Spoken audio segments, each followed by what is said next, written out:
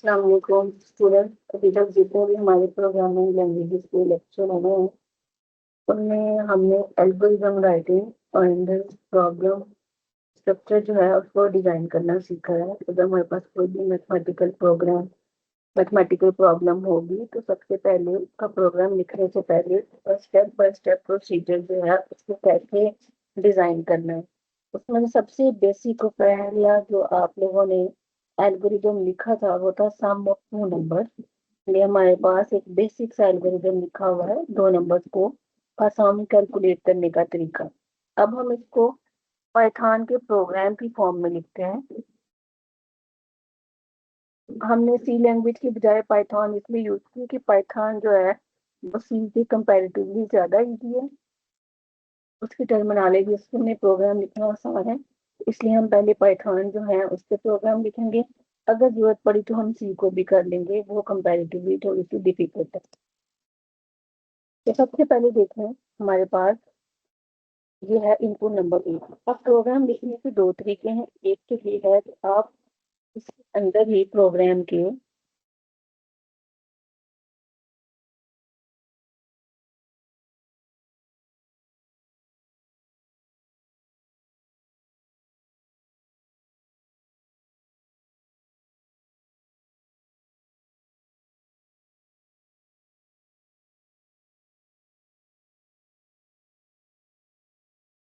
Programme के अंदर ही ए और बी की वैल्यू जो है वो इनपुट करते हैं। ए की वैल्यू हम ले लेते हैं 5, बी की वैल्यू 10। वेरिएबल इंट्रोड्यूस कराते हैं sum is equal to A plus B, जो कि सम कैलकुलेट करने का फॉर्मूला है। बाद इसको डिस्प्ले कराना है। इसकी कमांड हमारे पास होगी प्रिंट।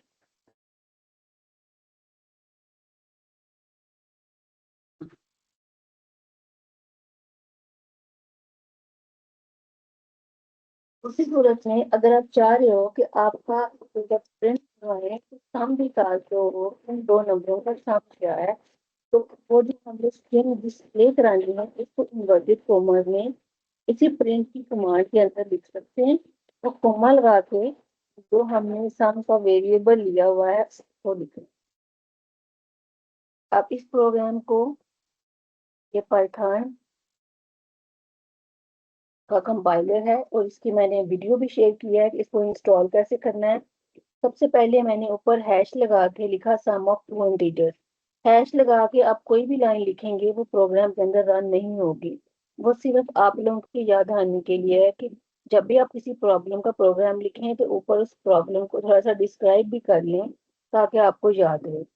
अब जब आपने प्रॉब्लम ये सारा कोड लिख लिया उसके बाद यहाँ पर ऊपर मेन्यू में ऑप्शन आ रही है रन, यहाँ से क्लिक करें रन मॉड्यूल। एक नया जो है नई विंडो खुल गई है, उसमें इसने a plus B is equal to 16 ये वैल्यू दे दी है। अब मैं अगर यहाँ पर a की वैल्यू चेंज करती हूँ 5.5 और उसके बाद इसको रन करते हैं तो ये देखिए उसने a प्लस बी की वैल्यू दे दी 16.5।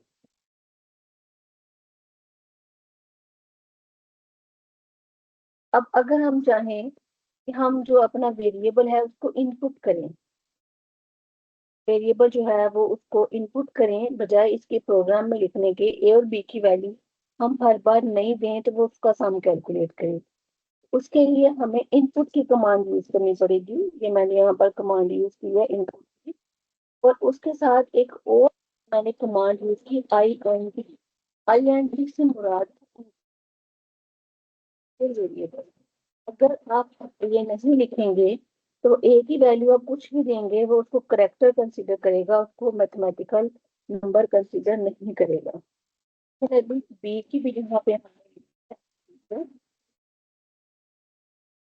कमांड, उसके बाद वही सम का फार्मूला लगाया, फिर हमने डिस्प्ले कर दिया sum A plus B comma inverted comma में जो हमें डिस्प्ले करना है और कोमा लगा के जो आगे हमारे पास वेरिएबल है वो लिखेंगे।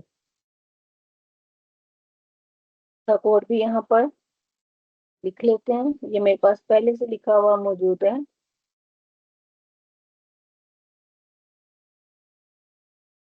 मैं आपको यही शो करा देती हूँ।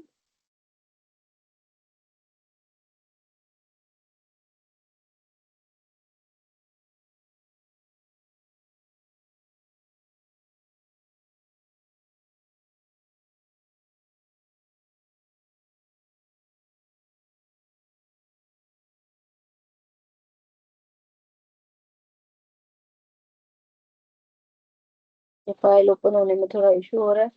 मैं यहाँ से जाके ओपन कर लेती हूँ।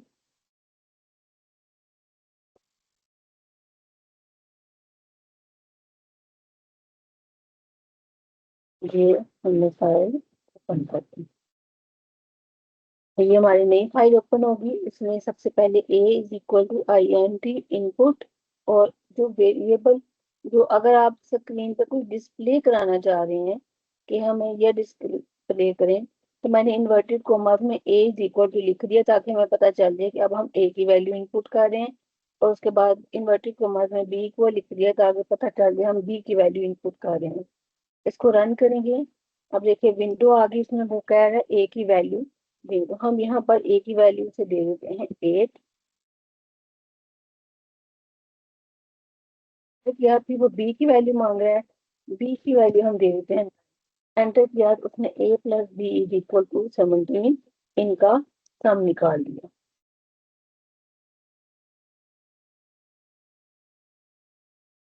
नेक्स्ट हमारे पास है एरिया ऑफ अ सर्कल।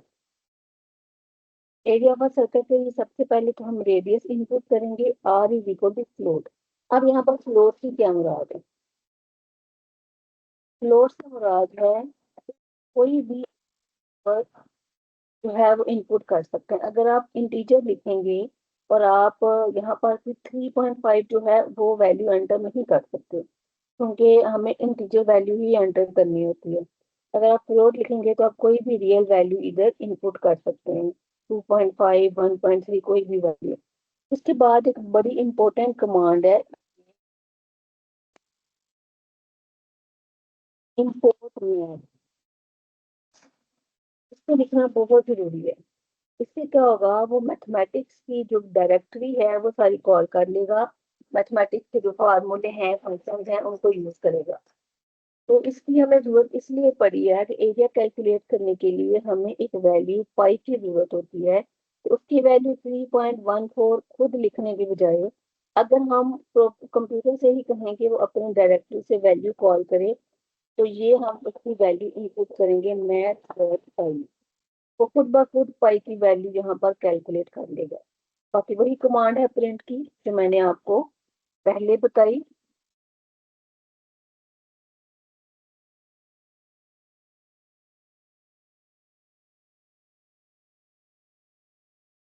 अभी और जो है वो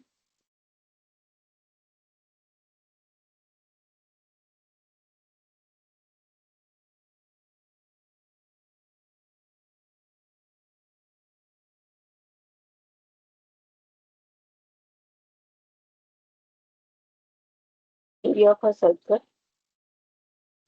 ये हमने इसका कोड निकाल लिया।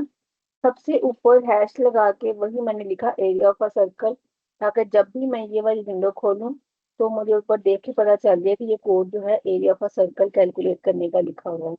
उसके बाद हमारी अगली कमांड है इंपोर्ट मैथ, जिससे वो मैथमेटिक्स की डायरेक्टरी कॉल करेगा। R is equal to float input, वो area, enter the radius of circle, यहाँ पर वो सर्कल का रेडियस हमसे जो है वो मांगेगा। फिर एरिया कैलकुलेट करेगा मैथ डॉट पाई, हमारे पास पाई की वैल्यू के लिए, और एंड पे हमारा आ जाएगा एरिया। अब ये देखें हमने इसको रन किया, अब वो कह रहा है एरिया बताओ। फॉर एग्जाम्पल मैं उसको बताती हूँ 1.9।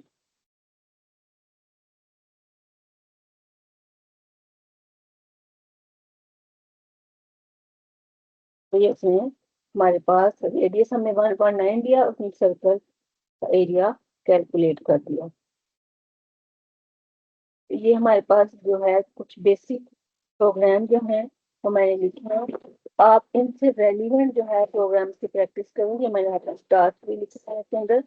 टास्क 1 है, आपने इस तरह की जो स्टेरिक है उनकी ट्राइंगल डिस्प्ले करनी है, तो इस तरह से शो हो जिस तरह से मैंने बनाई हुई है।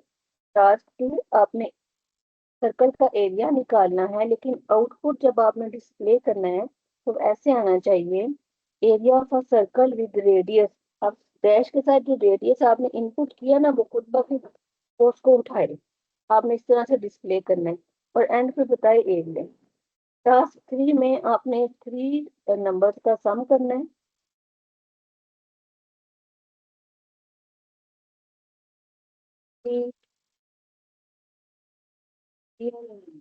Not integer. अब यहाँ पर कोई भी रियल नंबर हो सकते हैं, इंटीजर भी, एनी 3 रियल नंबर, लेकिन एंड पे जो हमारे पास आउटपुट आना चाहिए वो बताओ सम ए बी एंड सी।